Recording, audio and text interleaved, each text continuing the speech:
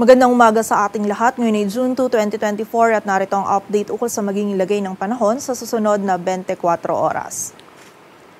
Patuloy pa rin umiiral ang easterlies o yung mainit na hangin mula sa dagat Pasipiko dito sa may silangang bahagi ng Southern Luzon, Visayas at Mindanao, kung saan ngayong araw ang buong bahagi po ng ating bansa ay patuloy pa rin makakaranas ng bahagyang maulap hanggang sa maulap na kalangitan. Meron lamang tayong mararanasan ng mga isolated na mga pag-ulan, lalong-lalo na po yan dito sa kanlurang bahagi ng Mindanao ngayong umaga, dulot po ng easterlies at ng mga localized thunderstorms. Kaya pag-ingat po para sa ating mga kababayan dyan sa posibilidad ng mga pagbaha at pagguho ng lupa. Samantala, yung weather disturbance naman po na minomonitor natin sa labas ng ating area of responsibility, kagabi ng alas 8 ay naging isang low pressure area na lamang at sa kasalukuyan ay wala po itong direct effect sa anumang bahagi ng ating bansa. At para nga sa magiging lagay ng panahon ngayong araw ng linggo, dahil po hindi gaanong nakakaapekto yung southwest monsoon o habagat sa anumang bahagi ng ating bansa, ay magiging mainit po yung panahon na mararanasan natin dito sa Metro Manila, maging sa nalalabing bahagi pa ng Luzon, at meron pa rin po tayong posibilidad ng mga isolated o yung mga biglaan at mga panandaliang pag-ulan, pagkidlat at pagkulog, dulot po yan ng easterlies.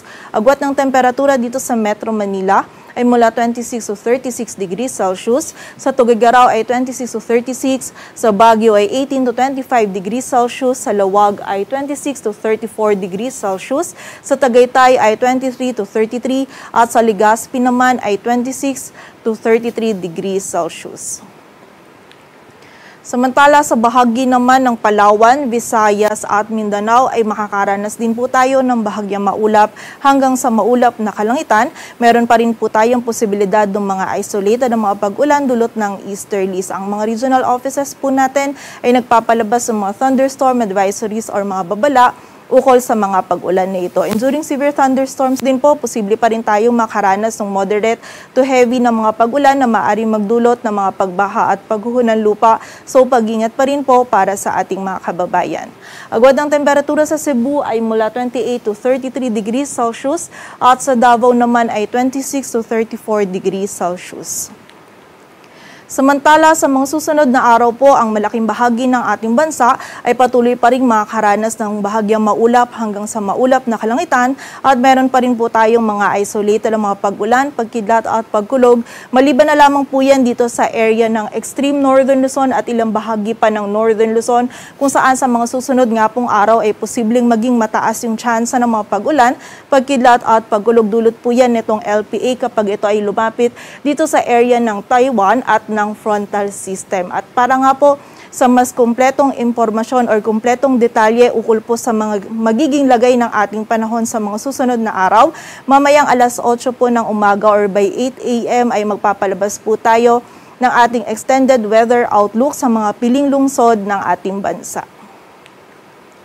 At para naman sa lagay ng dagat baybayin ng ating bansa, wala po tayong nakataas na gale warning, kaya malayang makakapalaot yung mga kababayan nating mga isda, pati na rin yung may mga maliliit na sasakyang pandagat.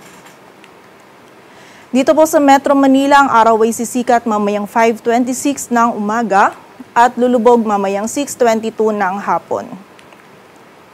Muli po, upang tayo ay mas makapagplano ng ating mga activities sa mga susunod na araw, tuwing alas 8 ng umaga or by 8 a.m. na po natin ipapalabas yung ating extended weather outlook o yung magiging lagay po ng ating panahon sa mga susunod na araw sa piling lungsod ng ating bansa. At may kita po natin ito sa ating mga social media accounts, at para sa mas kumpleto pang impormasyon, maaari din po nating bisitahin yung ating website pag-asa.dost.gov.ph. At yan po muna ang latest dito sa Weather Forecasting Center ng Pag-asa.